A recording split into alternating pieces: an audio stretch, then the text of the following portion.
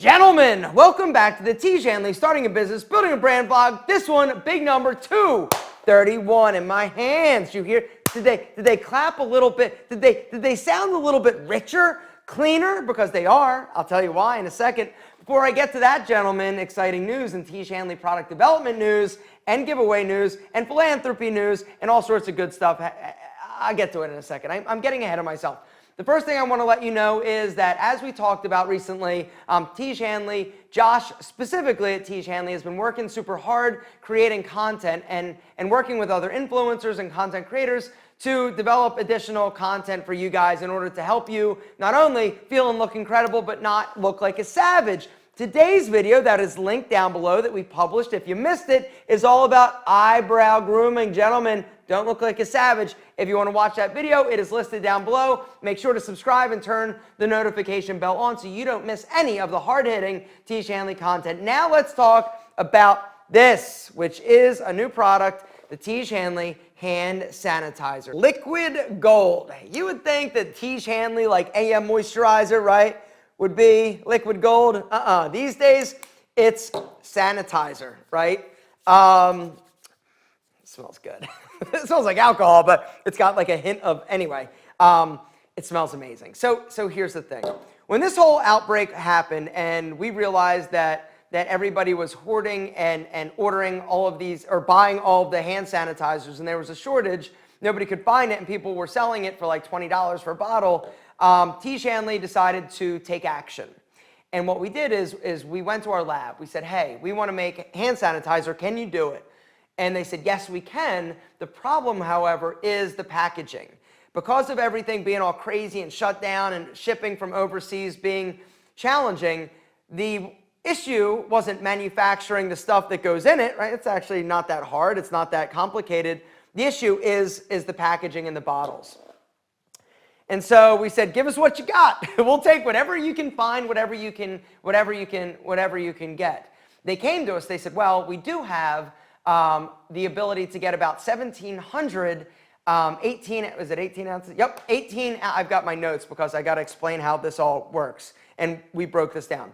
1,700 18-ounce bottles that we could fill if you wanted them. And we said, we'll take them. What are we going to do with them? We don't know. And he said, how about the little 2-ounce bottles? And they said, well, we can figure out, somewhere between, 70 and 100,000 units of those. We said, we'll take them. Whatever you can fill, whatever you can get. We're about to make it rain. We're going to sell this for like $27. Those big bottles, the 18 ounces, are you kidding me? We'll probably be able to sell those for like $100. Our bottom, like Tiege Hanley, our bottom line, boom, we're about to crush it. Seize the opportunity. Did you actually, come on. If you didn't know that was a joke, like right away, you hanging out with us, that's not how we roll. You want to know how we roll? Tiege Hanley, best known for its men's skincare products, is now producing 36,000 ounces of hand sanitizer for the CFD. These pumps, and they said we can get an order of thousands of pumps, but we need to know at 2 o'clock today. After 2 o'clock, they'll be gone.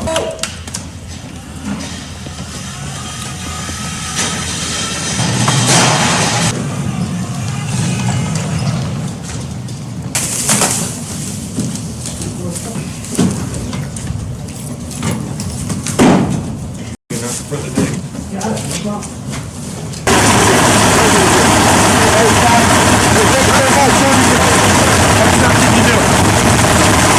Enjoy it, man. Got it in there for free. 36,000 ounces of hand sanitizer we donated to the fire department. It's pretty cool, right? It gives me chills watching the video and just, it's awesome. It's awesome. So now let's talk about these sexy little babies, all right? The 2-ounce hand sanitizers. What are we going to do with them? Well, we've given away a ton of cases of them already, but we're giving away a little bit more, and we also are going to sell them. Here's who we're giving them away to. 2,000 of you, our best Tiege Hanley customers, guys, are going to get one of these for free in your next box, just to say thank you so much for being a part of Tiege Hanley and for rolling with us so long. We love you, and this is our little way of saying thanks for being awesome. And then we are also giving away 20,000 of these to you guys at random over the course of the next 3 weeks. 20,000 random boxes. We're just tossing one in. No rhyme, no reason. It's going to be over the course, like I said, over the next 3 weeks. If you get one, congratulations. If you don't, I'm sorry. But for anybody who wants to order them, guys, you can do it right now. They are available. The rest of the inventory and stock that we have, we are selling and making available for you guys. If you log into your Tiege Hanley dashboard, you can add a single, you can add a double to your next order. The cost of one, $4. The cost of two, $8. Guys, it's listed. Actually, just log in and you can grab them. So anyway, guys, that is how Tiege Hanley has decided to handle the hand sanitizer that we are able to get. Feels good. I got to be honest. It feels good to do something in this situation. Something good for society.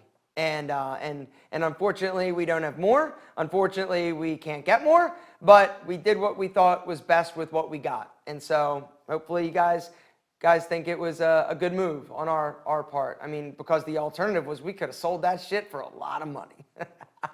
I'm kidding. Not really, but kinda. No, I'm kidding. That's not how we roll, gentlemen, but how we do roll. This is a business vlog. This is about you. And so now I'd like to dive into some of your incredible business questions. It's been a minute. I haven't gotten to many lately because I've had so much to tell you. But lots of incredible things happening at Tiege Hanley. We are still holding our own. Sales are good. We're fighting like we've never fought before. And it's funny.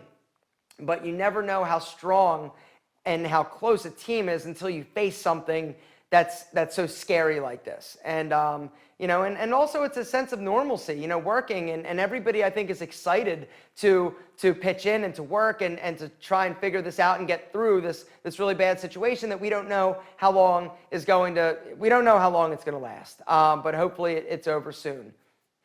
Hopefully. But anyway, guys, if you've got a business question, down in the comments, start it with business question and ask your question. All right, this vlog is about you. It's about helping you on your entrepreneurial journey and allowing us to share pieces and parts of ours. But now, without any further ado, let's get to your questions. The first business question comes from our friend Mohammad Ali. He says, how to get an Instagram username that's taken? Well, good question. I tried to get one for Enemy. Somebody owned Enemy, and I couldn't get it. I reached out to them. They never responded. I don't even know that it was like being used. But yeah, that's one of the downsides. I know that there are probably some people that would sell their domain. So if you want to, you could reach out and ask them, say, hey, I'm interested in it. Is it for sale and how much are you looking for? And I would always, just so you know, like if you're doing that, ask them what they're looking for. Don't offer anything like up front. Don't be like, I'll give you $1,000 because then they've got, let them say first. And then you say, because if they said 5,000, be like, well, I'd give you $1,000. And they'd be like, no, I don't want it. Or they might think, oh, well, maybe $1,000 is more than I have. And so you need to make them, it's all about negotiation. Make them say what they want first and then you. The other way, a friend of mine who owned the business, he was advertising a lot, spending a lot of money on Facebook ads. And because Facebook bought Instagram, he went to them and said, hey, I would spend more if I had the Instagram handle of my business, but I don't, and I can't get it. Can you help me? And Facebook actually got him the name because he was a customer and he was spending so much money in advertising. So apparently that's another option. So if you start, you could always spend a lot of money and then go to them and say, I will spend more if I had that name. Do you want to help me? And apparently they can and did. The next question comes from our friend Will Kissick. He says, hi, Aaron. When do you think is the right time to raise venture capital as a business? Wow. I don't know. I am the wrong person to ask. I've never raised money for any of my businesses. And so I really don't know. I would say the best time to raise it is when you don't need it because it puts you in a stronger position. If you're going in desperate, I think you could potentially make some bad decisions. I guess, okay. So here's a thought. In terms of raising money, you got 4 basic options. You've got yourself. You could either go and save up, which obviously could take a long time. And depending on the amount of money that you're looking to raise, that's really going to determine which avenue and which option you go with. You could also go to the bank. If you've got a track record with the bank, go there and ask them for a line of credit or a loan or whatever it is. But that's all just you, right? You're the one that's at risk. You're the one that is going to rise or fall based on the success of your business and your ability to repay the loan. Next, we got friends and family. Now you're getting to uncomfortable territory, right? Because you have to be prepared. If you're willing to ask them for money, you've also got to be prepared and be ready to tell them that you lost everything. It happened to me. I had to tell my best friend that I lost, I believe it was like $25,000 when he invested in my group fitness facility called Move It. And when we went bankrupt, I had to go to him and say, hey, I lost all your money. And it was one of the, if not the hardest conversations I've ever had to have, because he believed in me, he trusted me, and I failed. I failed at that. Now, the good news is that since then, since I've been successful, I've repaid him. So just letting you know, you do that for the people that you love that have believed in you once you do make it. Because even if you do fail, that's not the end of the journey. That's just one hurdle or one stumbling block that you've got to face. The next level is angel investing. Angel investing, up to like $1 million, it depends. There are different angel networks. That you can go and you can pitch to. You can just search online for angel, investing. And that's great, like if it's under a certain amount of money. But then, the venture money comes in at like higher amounts. Like typically they're not going to want to talk to you until you have like X number of dollars in like a run rate, or you're doing X number of dollars in business. But that's not 100% accurate. Like, depending on what you want to do. But as long as you know how you are going to utilize that money in order to grow to that next level, then that's a time to consider it. But you're going to have to give away a lot of your business, right? A lot of your business oftentimes, unless you have just this amazing proven track record. You're already doing a ton of business and sales. Then you've got more leverage in order to go to them and be like, no, I'm not giving you X percentage, I'm giving you this, but you're already a success. And so if you're not, right, they're gonna eat your lunch in terms of percentage, and they're also gonna want to be out of that in a specific amount of time. And so once you take that money, the clock starts, and there's like a gun to your head, because they want to get out of it. They want to be in and out of their investment. That's how this works. This isn't like a partnership for like 10 years. It's not like that. And so you really need to just be disciplined and decide, when is the right time. I don't know. You've got to determine that for yourself. But I think that there are probably some options and alternatives to venture before you get to that level. And depending on your business, how much revenue you're doing, that's really going to probably dictate which avenue you take. Damen Barbee has a great question. He says, Alpha, I would imagine that given the current public health crisis has had some sort of impact on your shipping operations. Have you seen or heard of any inconsistencies and concerns from your customers in regard to receiving their Tiege Hanley shipments? If so, has Tiege Hanley taken measures to rectify the matter? Thanks for your time. Yes, there are issues, right? There are issues. Certain countries are not delivering packages. Like it can get to the country, but then it kind of like stops. And if you can't go and pick it up, it's just kind of hanging out there. So yeah, we get an updated list from DHL. DHL, in terms of internationally, DHL provides a list of countries that are more affected than others. We have had to adjust. We've had to let people know, this is what's going on. We've had to pause people because we can't get it to them right now. And so that is a constantly evolving situation and something that is challenging and something that we've had to deal with and we're dealing with. It sucks. It sucks bad. Our next question comes from Nabeel Bhattacharya. Sorry for butchering that, brother, but you're awesome and we love you. He says, how can you even stand a chance compared to the large brands out there? Everybody's launching a product in the consumer space with beard oils and skincare and hair care product. Isn't it like opening a new dating website that already has the big players with almost 100% of the market share? How does opening a company in this space make sense? That is a great question, and one that has gotten more challenging to answer recently. So when we started with Tiege Hanley, this was 4 years ago, and there were some legacy brands out there, the Jack Blacks, the Baxters, but there weren't a lot of like smaller skincare companies out there that were looking to do something different. And so when we launched with something that was different. It was a different model than our competitors. The truth is that when we started just where you would start, right? At zero. We didn't have any customers. But what we did, and I guess the one takeaway that you can gather is that if you give back, if you find an audience and connect with them, this vlog was a crazy idea that I had that Rob and Kelley reluctantly went along with. But by the time we launched this business, we had this audience of guys that have been waiting for the product that are really excited. And this audience, you, are the reason why we've been able to be successful. It's not that we have as much money as these big brands. It's not that they can't outspend us, but they can't out-connect. They can't out-resonate. They can't be your boy. But these big guys, they can't. They don't have this, right? We've connected.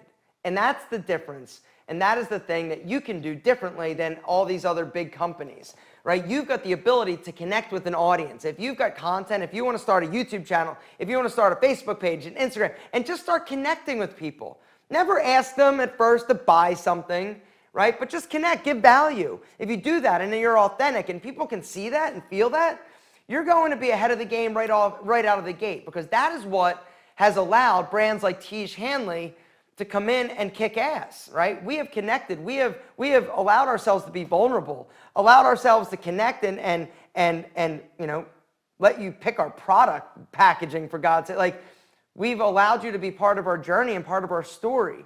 And this wasn't something that was some big grand master plan. We didn't know that we were going to start this meme culture. We had no idea. It was just, hey, I'm sure that there are other people that are going to be starting businesses. Why don't we just share our experience? And that's that. It was an outlet for us just to tell you about what we're doing.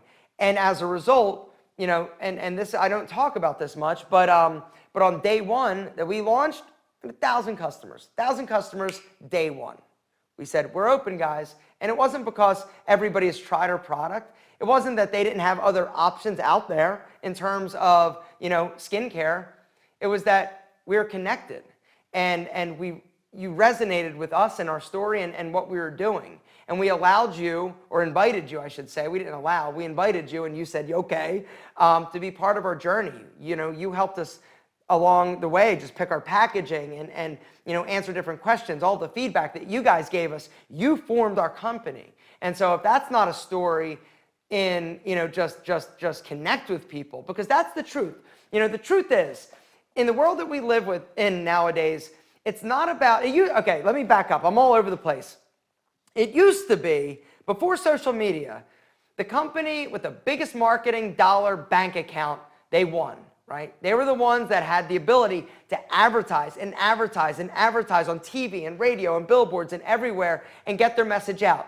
And the companies with the biggest budgets, they won. They got the most customers. But now, things are different. Now, unfortunately, for you and us and everybody, the choices have never been more plentiful, right? You've got a ton of options. And if you don't like the way you're treated at company X, you can go right across the street to company B and buy theirs. We are buying more emotionally. We want to be connected. We don't want to just buy from some random big monster corporation. We're buying. Our buying patterns and habits have changed now. We want to be connected. We want to believe in the company that we're doing business with. We want to give a virtual knuckle bump to people like Tiege Hanley or other companies that are doing good for the community or helping out. It's about connecting. Connect with the audience. It doesn't matter if you don't have a big bank account. It doesn't matter if you don't have a ton of marketing dollars. If you can connect, and we all can connect for free, if you figure out a mechanism, we have the ability to do it for free.